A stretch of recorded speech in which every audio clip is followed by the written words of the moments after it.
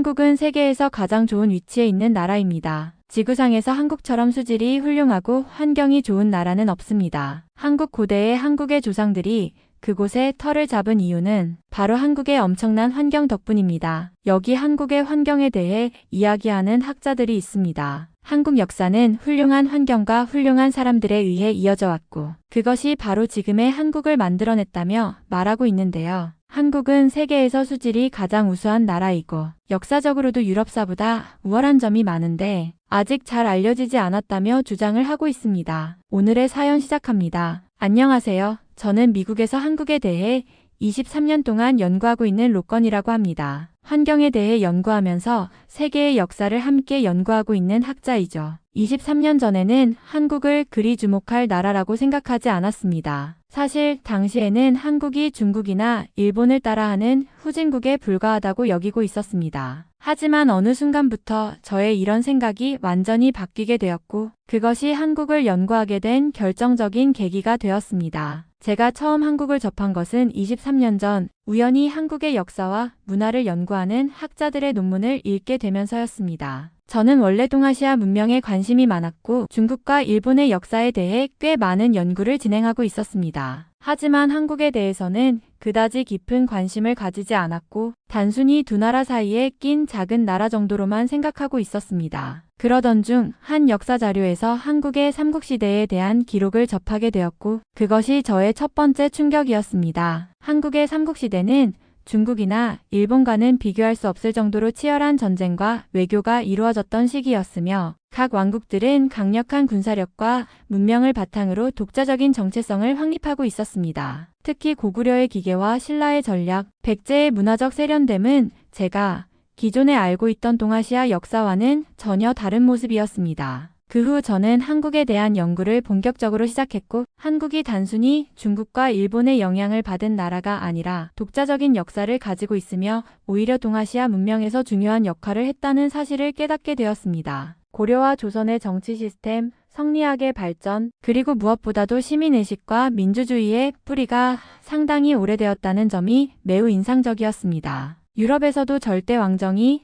지배하던 시기에 조선에서는 성리학을 바탕으로 민본주의 정치가 이루어졌으며 신분이 낮은 사람들도 과거 시험을 통해 신분 상승을 할 수 있는 길이 열려 있었습니다. 또한 제가 가장 놀랐던 점 중 하나는 한국의 환경과 수질이 세계적으로도 매우 뛰어나다는 것이었습니다. 한국의 강과 산은 유난히 깨끗하며 그 덕분에 역사적으로도 깨끗한 물을 바탕으로 한 독자적인 문화가 형성될 수 있었습니다. 한반도의 지형은 전략적으로도 매우 중요한 위치에 있었고 이를 바탕으로 한국은 수많은 외세의 침략에도 불구하고 굳건히 자리를 지켜왔습니다. 이러한 연구를 계속하면서 저는 한국이 단순한 작은 나라가 아니라 동아시아 역사와 문명에서 매우 중요한 역할을 해왔으며 지금도 세계에서 가장 독자적이고 강력한 문화를 가진 나라라는 것을 깨닫게 되었습니다. 23년이 지난 지금 저는 여전히 한국을 연구하고 있으며 한국의 역사와 문화가 세계적으로 더 널리 알려져야 한다고 생각하고 있습니다. 제가 한국을 연구하면서 점점 더 깊이 빠져들던 시기 일본에서 열린 한 역사 학술 회의에 초청을 받았습니다. 당시 저는 한국뿐만 아니라 동아시아 전체의 역사적 연관성을 연구하고 있었기에 일본 역사학자들과의 교류도 중요한 부분이라고 생각했습니다. 하지만 그곳에서 일본인 학자들과 나눈 대화는 제 연구의 방향을 완전히 뒤흔들 만큼 충격적이었습니다. 일본에서 만난 학자들은 한국의 역사를 이야기하면서 끊임없이 한국은 원래 미개한 나라였다거나 한국 문화는 일본이 근대화를 시켜주기 전까지 제대로 된 문명이 없었다는 식의 주장을 펼쳤습니다. 저는 처음에는 단순한 의견 차이라고 생각했지만 그들이 내세우는 논리가 매우 의도적이고 체계적으로 한국 역사를 폄하하고 있다는 사실을 깨닫게 되었습니다. 그들이 주장하는 내용은 놀라울 정도로 조직적이었고 일본이 과거 한국을 식민지로 삼았던 시절 만들어낸 식민사관에서 비롯된 것이었습니다. 그들은 조선이 무능한 왕조였고 한국은 외세에 의존할 수밖에 없는 나라였다고 강조했습니다. 하지만 제가 한국의 실상을 연구하면서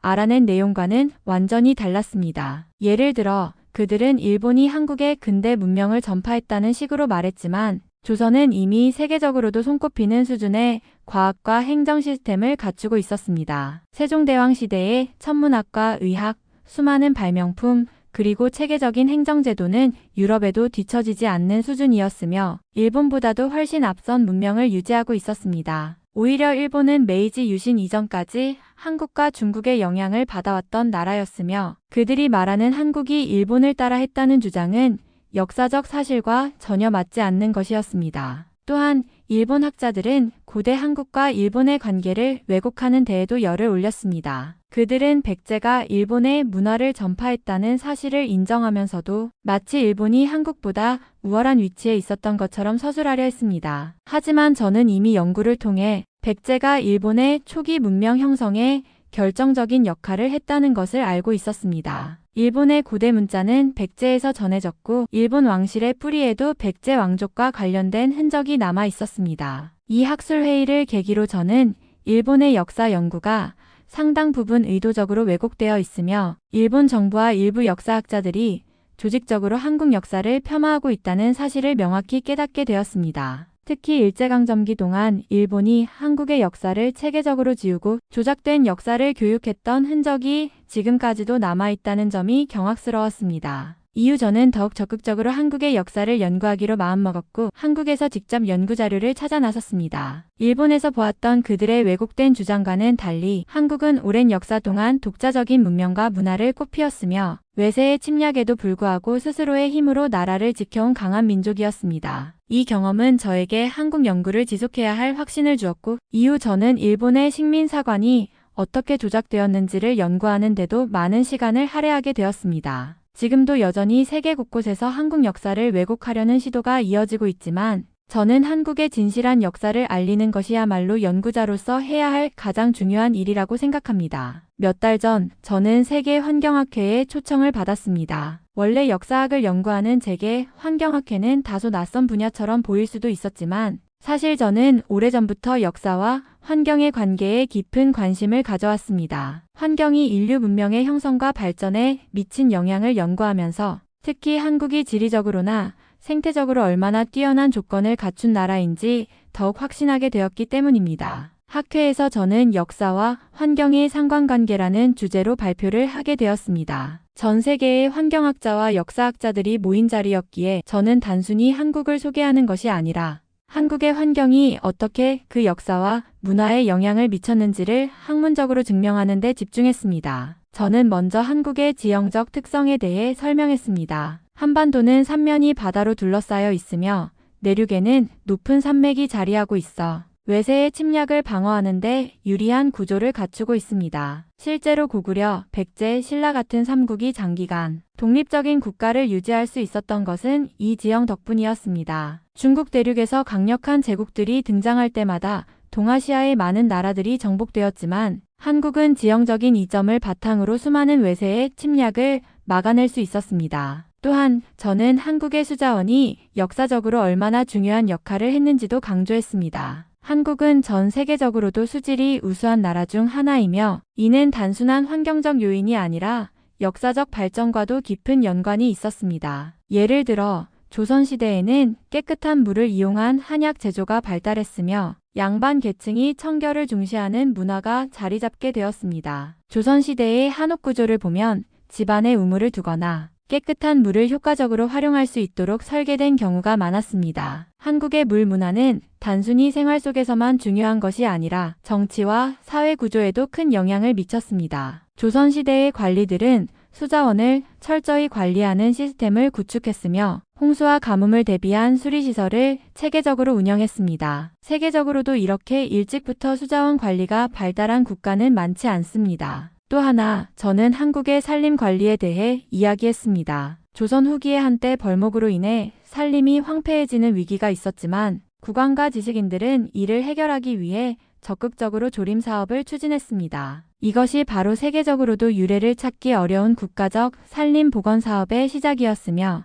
오늘날 한국이 울창한 숲을 유지할 수 있는 원동력이 되었습니다. 이 발표를 마친 후 학회에 참석한 여러 학자들이 저에게 질문을 쏟아냈습니다. 특히 많은 서구 학자들은 지금까지 한국의 환경과 역사가 이렇게 밀접하게 연결되어 있다는 사실을 거의 알지 못했다며 놀라워했습니다. 그들은 흔히 한국을 급격한 산업화의 나라로만 알고 있었지만 실은 한국이 오랜 세월 동안 자연과 조화를 이루며 살아온 나라라는 사실을 새롭게 인식하게 되었습니다. 세계환경학회에서 발표를 마친 후 저는 몇몇 중국, 일본, 영국 학자들과 토론을 나눌 기회가 있었습니다. 그들은 한국의 역사가 주체적이지 못했으며 한국의 환경 또한 뛰어난 것이 아니라 단점이 많다고 주장했습니다. 특히 한국에는 석유 같은 천연자원이 부족하고 최근에는 미세먼지 문제가 심각해졌으므로 환경적으로도 우수하지 않다는 말을 했습니다. 하지만 저는 그들의 주장이 매우 편향적이며 과학적 사실과 맞지 않는 허위 정보라는 것을 논리적으로 반박했습니다. 먼저 그들은 한국의 역사가 중국과 일본에 의해 결정되었다고 주장했습니다. 그러나 이는 명백한 역사 왜곡입니다. 한국은 고대로부터 독자적인 문명을 유지해왔으며 주변국의 영향을 받으면서도 스스로의 정체성을 지켜온 나라입니다. 삼국시대부터 고려,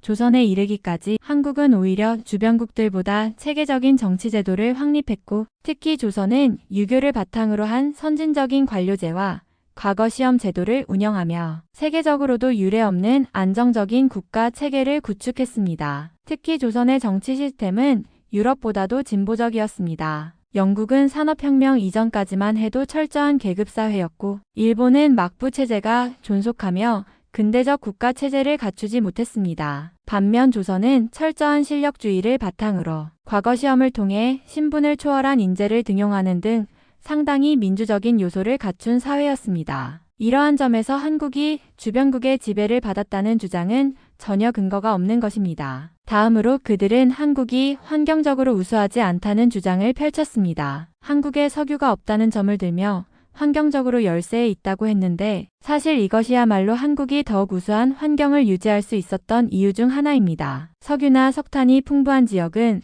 산업화 과정에서 심각한 환경 파괴를 겪었으며 대표적으로 중국과 영국이 이에 해당합니다. 중국은 석탄을 기반으로 한 산업화를 추진하며 세계 최악의 대기오염 국가 중 하나가 되었고 영국 역시 산업혁명 당시 런던 스모그라는 대기오염 문제로 심각한 피해를 본 역사가 있습니다. 반면 한국은 천연자원이 부족했기 때문에 오히려 환경을 지키는 방향으로 산업이 발전할 수밖에 없었습니다. 조선시대부터 한국은 자연을 효율적으로 이용하는 기술을 개발해 왔으며 특히 농업에서는 물 관리 시스템과 토양 보존 기술이 발달했습니다. 현대에 들어서도 한국은 자원이 부족한 대신 첨단 기술과 친환경 에너지를 활용한 지속 가능한 발전을 이루어 왔습니다. 이는 산업화 과정에서 자연을 착취하는 것이 아니라 과학기술을 이용해 환경을 보호하며 성장하는 전략을 선택한 것입니다. 그들이 주장하는 미세먼지 문제 또한 본질적으로 한국의 문제가 아닙니다. 한국의 대기질이 악화된 가장 큰 원인은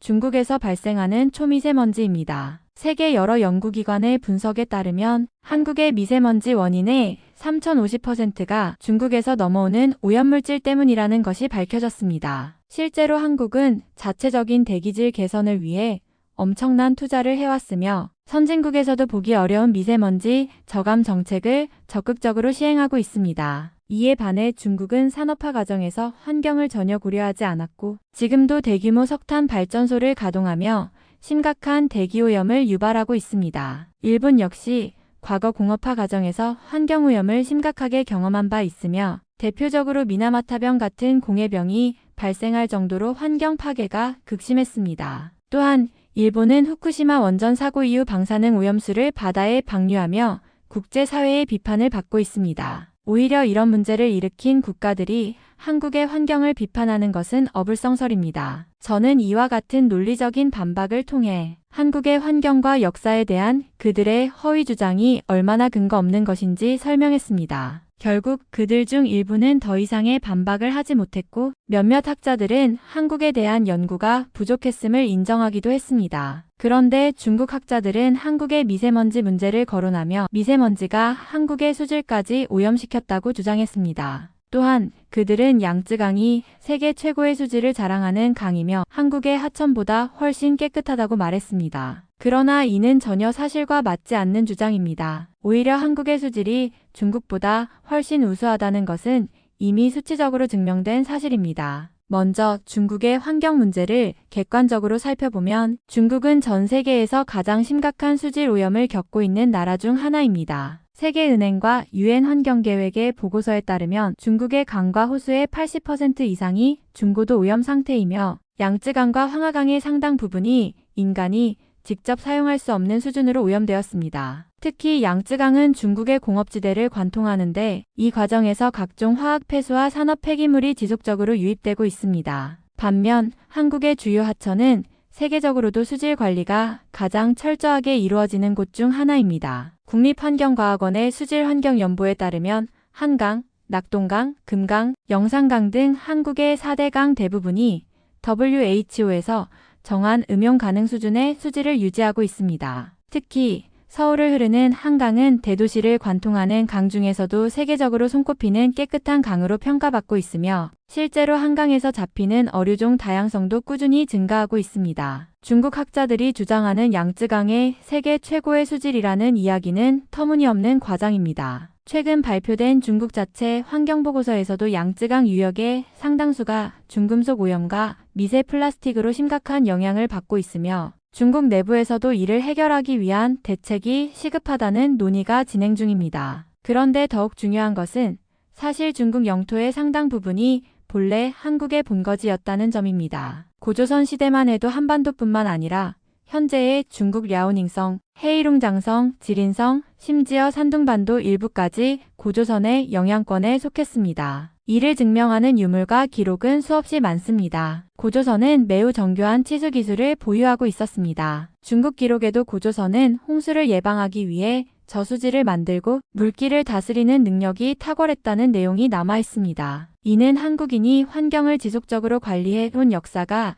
오래되었음을 보여주는 사례입니다. 중국이 산업화와 환경 파괴로 스스로 자연을 망쳐온 반면 한국은 지속 가능한 환경 정책을 시행하며 오염을 최소화해 왔습니다. 오히려 한국이 본래 가지고 있던 자연을 유지하고 발전시키는데 성공했으며 지금도 최상의 수질을 유지하고 있는 것이 객관적인 사실입니다. 이렇듯 중국 학자들의 주장은 스스로의 환경 파괴를 감추려는 억지 주장일 뿐입니다. 그들은 한국의 환경이 오염되었다고 말하기 전에 자신들의 강과 공기를 먼저 살펴봐야 할 것입니다. 제가 한국의 수질과 환경이 중국보다 훨씬 우수하다는 객관적인 데이터를 제시하자 중국 학자들은 얼굴을 붉히며 격앙된 반응을 보였습니다. 그들은 처음에는 저의 주장을 무시하려 했지만 제가 WHO와 UNEP에서 발표한 공식 자료까지 근거로 들자 더 이상 논리적으로 반박할 수 없었습니다. 그중 한 명이 갑자기 책상을 쾅 치며 소리를 높였습니다. 당신은 왜 한국을 두둔하는가? 중국은 세계에서 가장 위대한 문명을 가진 나라다. 한국은 역사적으로 중국의 속국이었고 환경적으로도 중국보다 나을 게 없다. 저는 조용히 그 학자를 바라보며 말했다. 그렇다면 왜 WHO와 UNEP 같은 국제기구들이 한국의 수질을 높게 평가하고 중국의 환경을 심각한 오염지역으로 분류하는 걸까요? 그리고 역사적으로도 한국이 중국의 속국이었다는 주장은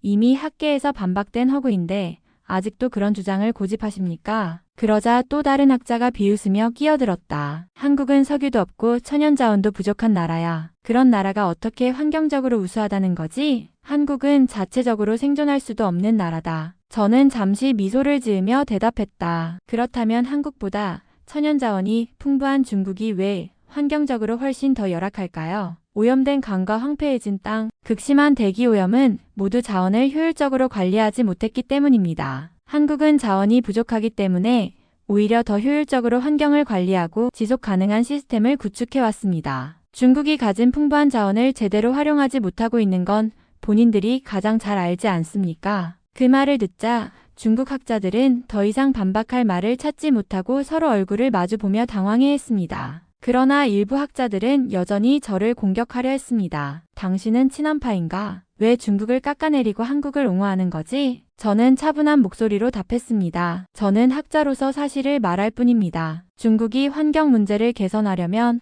스스로를 돌아보고 현실을 직시해야 합니다. 한국이 뛰어난 수질 관리 정책과 환경 보호 기술을 가지고 있다면 그것을 인정하고 배울 수 있어야 하는 것 아닙니까? 그러자 한 중국 학자가 이를 악물며 말했습니다. 한국은 단지 운이 좋았을 뿐이다. 한국이 환경적으로 중국보다 우수하다는 주장은 받아들일 수 없다. 저는 고개를 저으며 마지막으로 한마디를 남겼습니다. 과학과 역사는 감정이 아니라 팩트로 증명해야 합니다. 한국의 환경이 중국보다 우수하다는 것은 이미 수많은 연구 결과가 증명한 바 있습니다. 부정한다고 해서 사실이 바뀌지는 않습니다. 결국 중국 학자들은 더 이상 논리적으로 대응할 수 없었고 감정적으로 격분한 채 저를 노려볼 뿐이었습니다. 그러나 그들의 분노 속에서도 저는 그들이 내심 불편해하는 기색을 읽을 수 있었습니다. 왜냐하면 그들도 알고 있었기 때문입니다. 중국 학자들과의 논쟁이 끝나자 이번에는 일본 학자들이 나섰습니다. 그들은 처음에는 조용히 듣고만 있다가 제가 한국의 환경이 일본보다 우수하다는 내용을 언급하자 불쾌한 표정을 지으며 반박하기 시작했습니다. 하지만 로건 박사, 당신은 한국의 환경 발전이 자연적으로 이루어졌다고 생각하는 겁니까? 한국의 근대화는 일본 덕분이었습니다. 일본이 아니었다면 한국은 여전히 미개한 상태로 남아 있었을 것입니다. 저는 황당한 표정을 감추며 그들에게 물었습니다. 일본이 한국을 근대화했다고요? 그렇다면 일본이 한국을 지배하기 전과 후의 환경 변화를 살펴보겠습니다. 그러자 한 일본 학자가 자신만만한 표정으로 말을 이었습니다. 일본은 한국을 식민지로 삼았을 때 도로를 깔고 상하수도를 정비하고 산업시설을 발전시켰습니다. 한국의 환경을 개선한 것도 일본입니다. 사실 한국의 하천과 도시 환경이 개선된 것은 일본 덕분이지요. 그들의 주장이 나오자마자 저는 준비해둔 자료를 꺼냈습니다. 그렇다면 일본이 한국을 지배하기 전인 19세기 말과 20세기 초의 기록을 보겠습니다. 1890년대 조선의 하천은 오히려 깨끗했습니다. 당시 서양 여행자들이 남긴 기록을 보면 서울의 하천과 강은 마실 수 있을 정도로 맑았고 수많은 생물이 서식하고 있었다는 내용이 나옵니다. 하지만 1910년 이후 일본이 본격적으로 지배하면서 일본 기업들이 무분별한 벌목과 공장 건설을 진행했고 하천과 농경지에 화학 폐기물을 버리기 시작했습니다. 그 결과 한국의 주요 강과 하천이 심각하게 오염되었습니다. 오히려 한국의 환경을 오염시킨 것은 일본이었습니다. 일본 학자들은 당황한 기색을 감추지 못했습니다. 하지만 곧 또 다른 학자가 말을 이었습니다. 그건 한국이 근대화되지 않아서 산업화를 감당할 준비가 안 되었기 때문 아닙니까? 일본이 한국을 발전시킨 덕분에 지금의 한국이 있는 겁니다. 그렇다면 일본이 철도와 도로를 깔아준 것은 어떻게 설명하실 건가요? 저는 다시 반박했습니다. 일본이 한국에서 철도와 도로를 건설한 이유는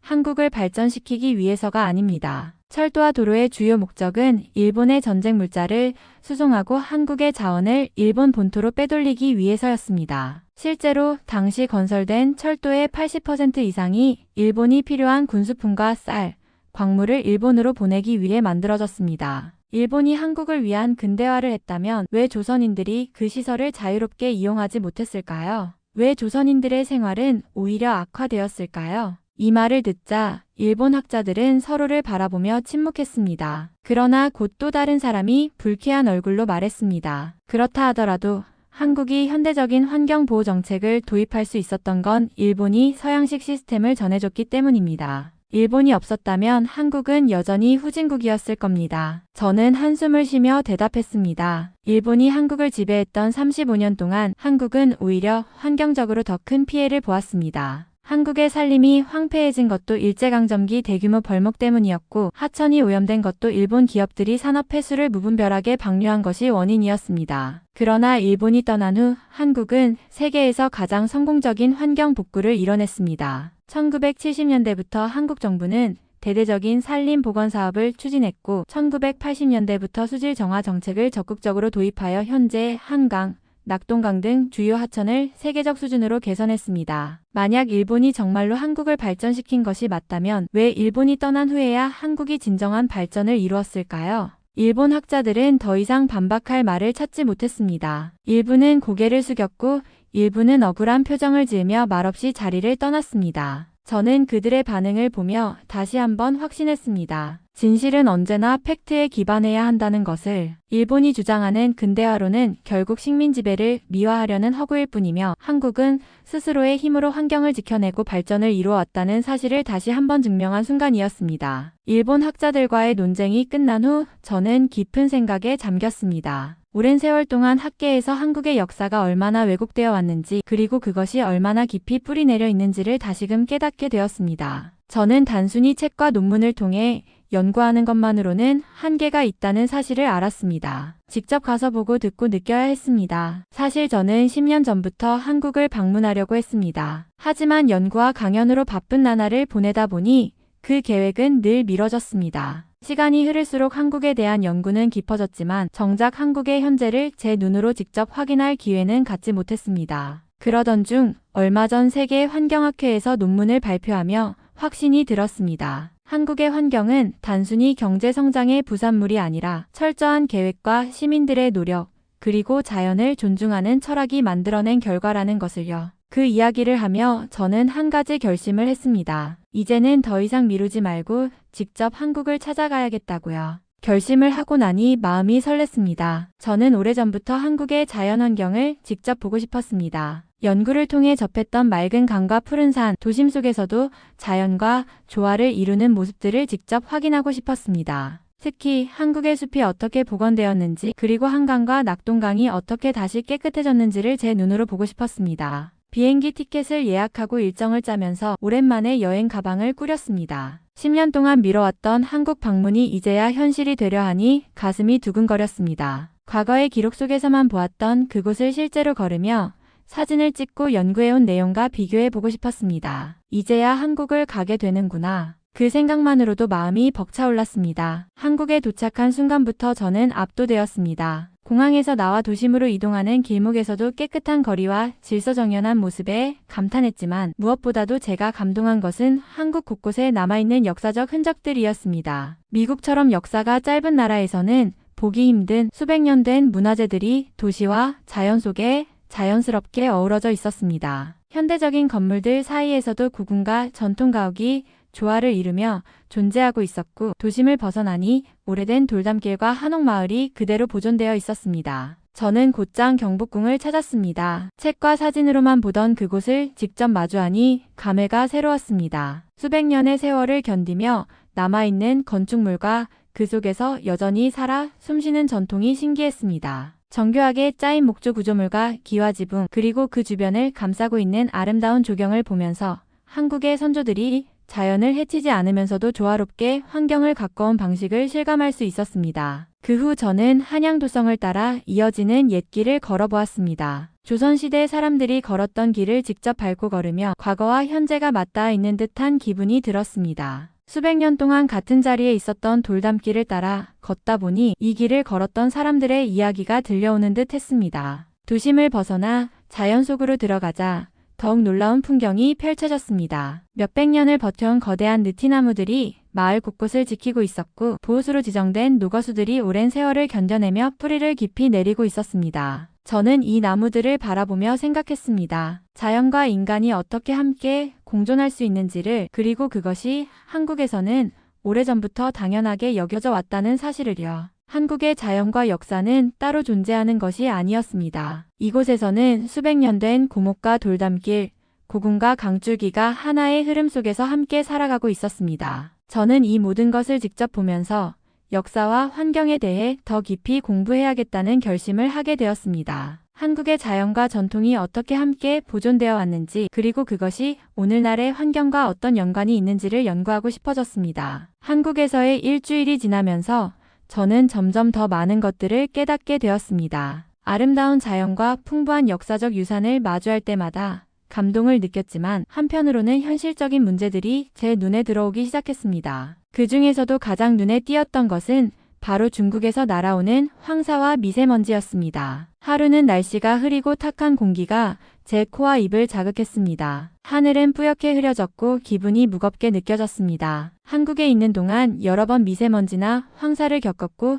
그때마다 마스크를 착용해야 했습니다. 아무리 청정한 자연을 자랑하는 나라라 하더라도 주변 환경이 이렇게 영향을 받을 수 있다는 현실을 실감하게 되었습니다. 그날 저는 서울의 한 거리를 걷고 있었습니다. 그런데 그곳에서 제 근처에 서 있는 사람들이 중국어를 하고 있었고, 그중 한 명은 바닥에 침을 뱉는 모습을 보았습니다. 그 순간 저도 모르게 답답함이 밀려왔습니다. 중국에서 온 사람이라면 왜 한국에서 그런 행동을 할 수 있을까? 마치 자신이 지나온 거리를 당연한 듯이 여기는 듯한 태도가 마음에 걸렸습니다. 저는 자신도 모르게 한숨을 내쉬었습니다. 한국에 와서 경험한 모든 것들이 정말 좋은 것들이었고 제 연구와 관심사에도 많은 도움이 되었지만 그들과의 문화적인 차이나 미세먼지와 같은 환경적 문제들은 다소 답답하게 느껴졌습니다. 한국은 매일매일 발전하고 있고 전 세계적으로도 환경을 보호하기 위한 노력이 활발히 이루어지고 있지만 여전히 주변 국가들로부터의 영향을 받고 있다는 점에서 무력감을 느꼈습니다. 특히 중국에서 날아오는 황사와 미세먼지는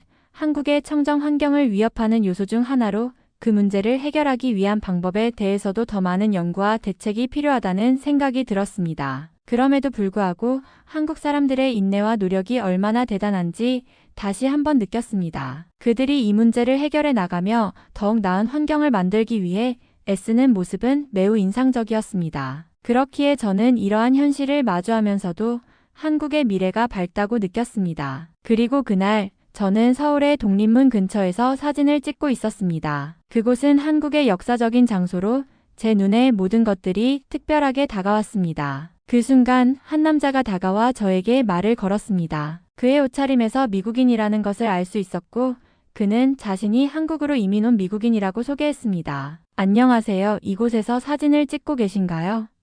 그는 웃으며 물었습니다. 네, 한국의 역사를 담고 싶어서요. 이곳이 정말 특별한 장소 같아서요. 저는 그의 관심에 대답하며 이야기했습니다. 그는 고개를 끄덕이며 저도 한국의 역사를 정말 좋아해요. 한국의 문화와 역사에는 깊은 의미가 담겨 있죠. 한국이 이렇게 발전한 이유는 단지 경제나 기술적인 발전 때문만이 아니에요. 문화적인 뿌리와 역사를 잘 지켜왔기 때문이라고 생각해요. 라고 말했습니다. 그의 말에 저는 놀랐습니다. 한국에 대한 애정과 관심이 느껴졌습니다. 저도 한국에 대해 연구하면서 한국의 역사와 문화가 정말 독특하고 특별하다는 걸 알게 되었어요. 특히 이제 한국이 세계적으로 조금씩 알려지기 시작하면서 그동안의 고난과 발전이 다 보람으로 돌아오는 것 같아요. 그는 미소를 지으며 맞아요. 이제 한국은 세계에서 주목받는 나라가 되었죠. K-팝, 한국 영화, 그리고 한국의 기술까지 모든 것이 세계적인 영향을 미치고 있어요. 하지만 이 모든 것이 한국의 깊은 역사와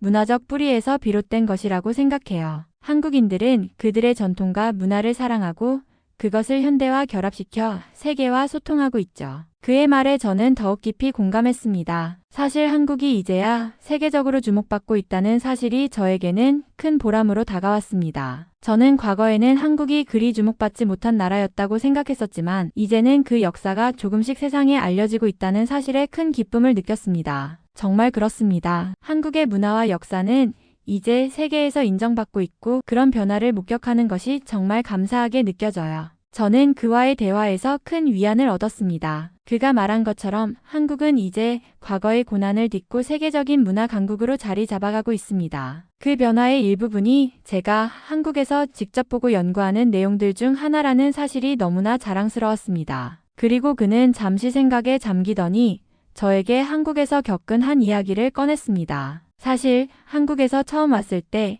한 번 물건을 도난당한 적이 있었어요. 정말 당황스러웠죠. 제가 중국인 관광객들 사이에서 가방을 잠깐 놓고 갔는데 그 사이에 누군가 제 가방을 가져갔어요. 그는 잠시 말을 멈추며 그때는 정말 충격이었죠. 하지만 놀라운 건 그때 제가 아무것도 하지 않았는데 지나가던 한국인들이 제 상황을 보고 빠르게 도와줬어요. 경찰에 신고할 필요도 없이 그들이 바로 CCTV를 확인하고 도둑이 누군지 확인했거든요. 저는 그의 이야기를 듣고 놀라움을 감추지 못했습니다. 그럼 정말 빨리 찾았군요. 한국의 치안은 정말 믿을 만하군요. 그는 미소를 지으며 고개를 끄덕였습니다. 맞아요. 경찰도 물론 빠르게 대응했지만 그 현장에서 보여준 한국인들의 관심과 친절은 정말 대단했어요. 그들이 도와주지 않았다면 아마 제 가방을 찾는데 더 많은 시간이 걸렸을 거예요. 한국에서는 이런 일이 흔하지 않죠. 저는 그의 말을 듣고 깊이 감동했습니다. 정말 한국의 치안은 훌륭하네요. 그동안 한국에 대해 연구하면서 한국 사회가 얼마나 안전하고 질서 있는 곳인지 알게 되었습니다. 한국 사람들의 배려와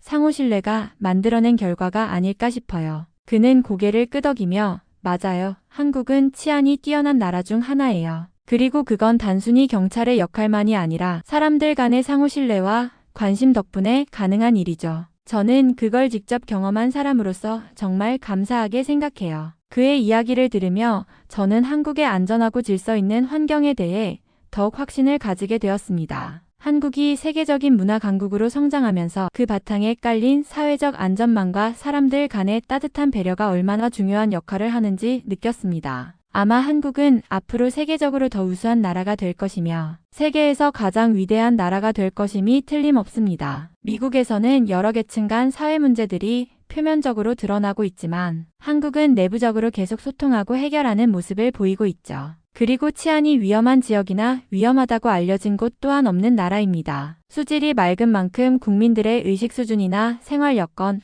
환경 또한 세계적으로 유례없이 훌륭한 나라잖아요. 저는 아마 자식들을 전부 키우고 나면 한국에 가서 살면서 한국을 더욱 깊이 이해하며 연구하고 싶다는 생각을 합니다. 미국에서 한국에 가고 싶다는 사람들이 많아지는 모습을 보니 하루라도 빨리 한국에서 자리를 잡고 있어야겠다는 생각이 드는 요즘이네요. 이번 사연은 여기서 마무리하도록 하겠습니다. 끝까지 시청해주셔서 감사드립니다. 좋아요와 구독은 영상 제작에 큰 힘이 됩니다. 꼭 한 번씩만 눌러주세요. 감사합니다.